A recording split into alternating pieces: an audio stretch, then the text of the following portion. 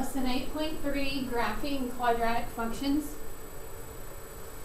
And yesterday we talked about x-intercept, where y is always 0. Well, today we kind of involved with the y-intercept. And when we're talking about the y-intercept, x is always 0.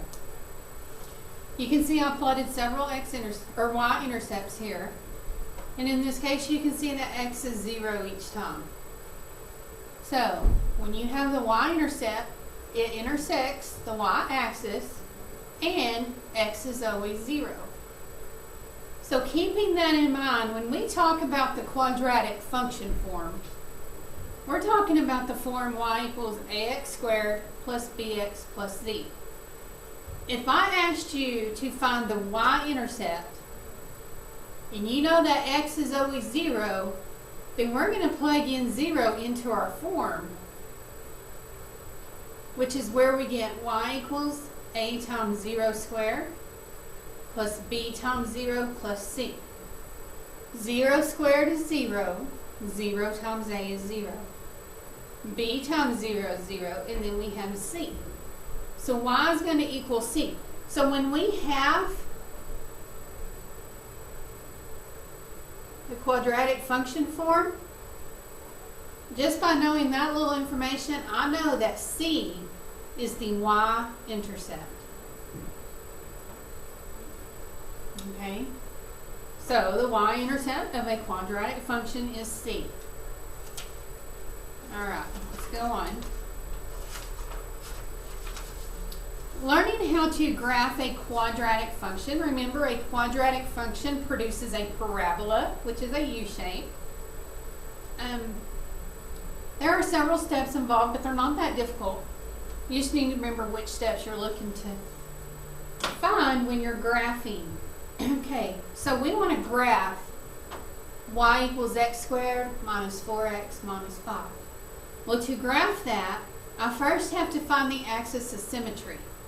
Remember, we found that x value, we found the axis of symmetry by using this formula right here. So when I look at my function that I'm graphing, I can see that a equals 1 and b equals negative 4.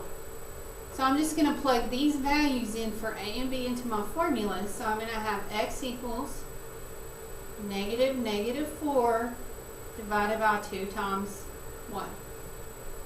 A negative and negative make a positive, so I have 4 divided by 2, so x equals 2. There's your axis of symmetry. Okay, the next step is to find the vertex.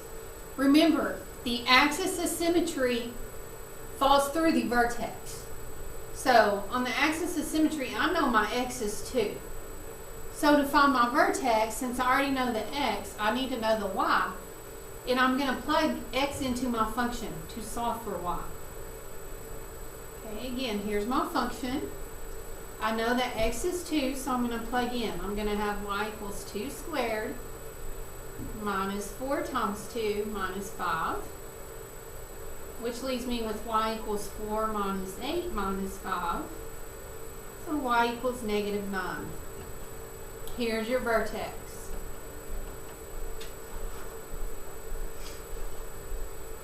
And then find the y-intercept. Remember, in function form,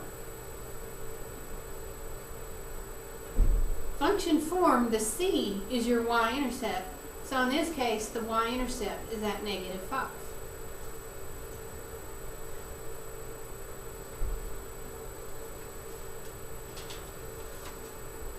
And if it's the y-intercept, we also know that x is always 0, so that point would be 0, negative 5. Okay, step 4 is that we need to find 2 more points on the same side of the axis of symmetry. Well, just so you can see this, here's your x-axis. We know the axis of symmetry is at 2. So in other words, we have this right here. Well, I want to find 2 more points on the same side of the axis of symmetry, and it doesn't matter which side as long as the 2 points I find are on the same side. So to the right, we're going to have 3 and 4. To the left, we would have 1 and 0. I'm going to use 2 points to the right. So, to find 2 more points on this function, I want to say let x be 3 and x be 4.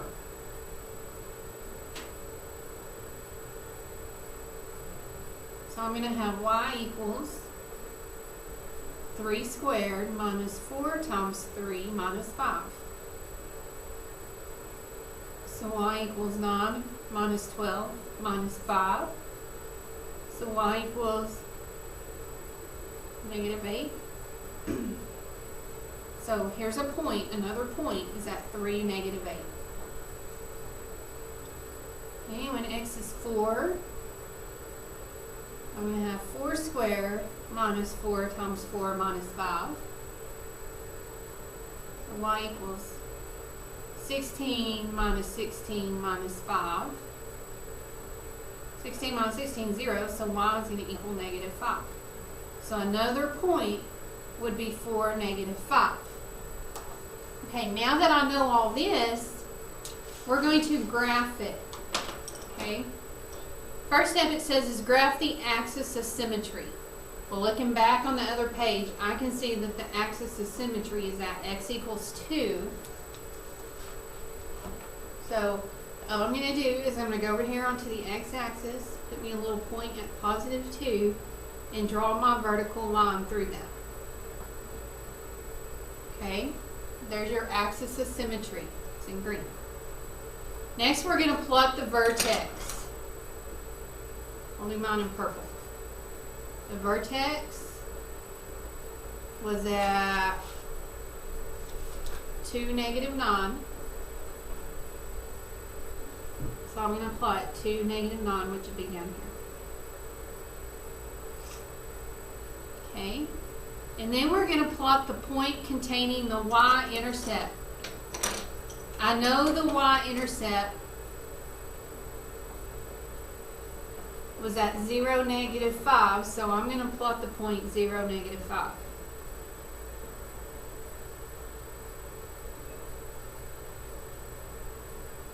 And then my 2 other points, I have 3, negative 8.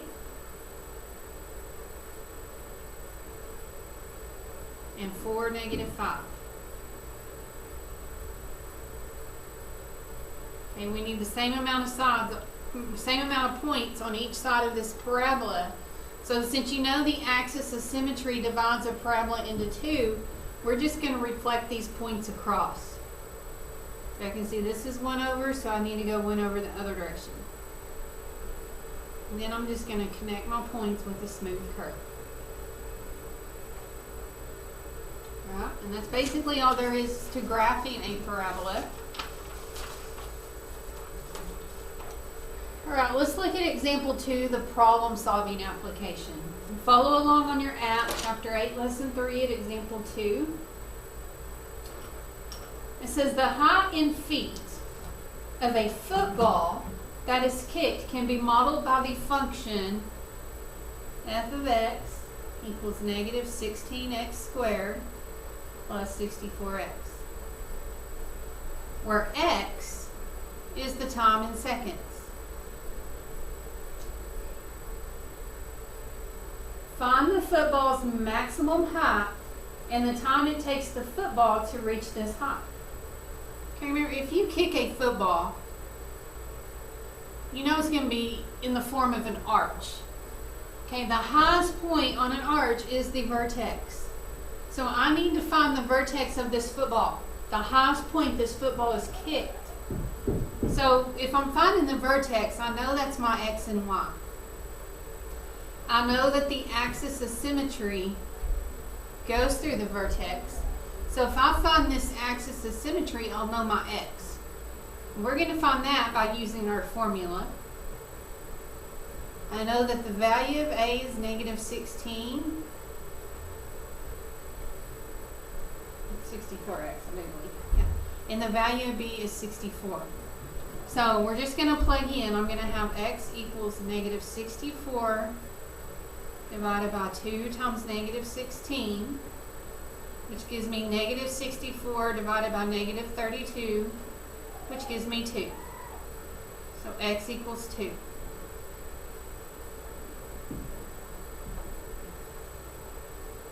Right. Let's say I have this graph here. Okay. Before a football is kicked, its height is going to be at 0 feet. Okay? I know that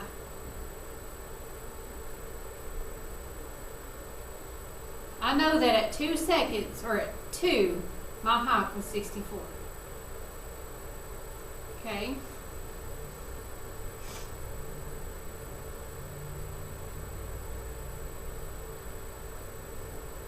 So to find my y, I have to take this x and plug it into my function. I'm going to have y equals negative 16 times 2 squared plus 64 times 2.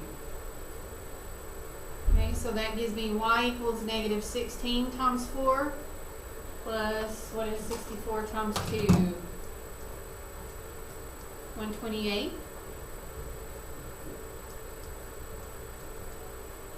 So y equals negative 64 plus 128. So y equals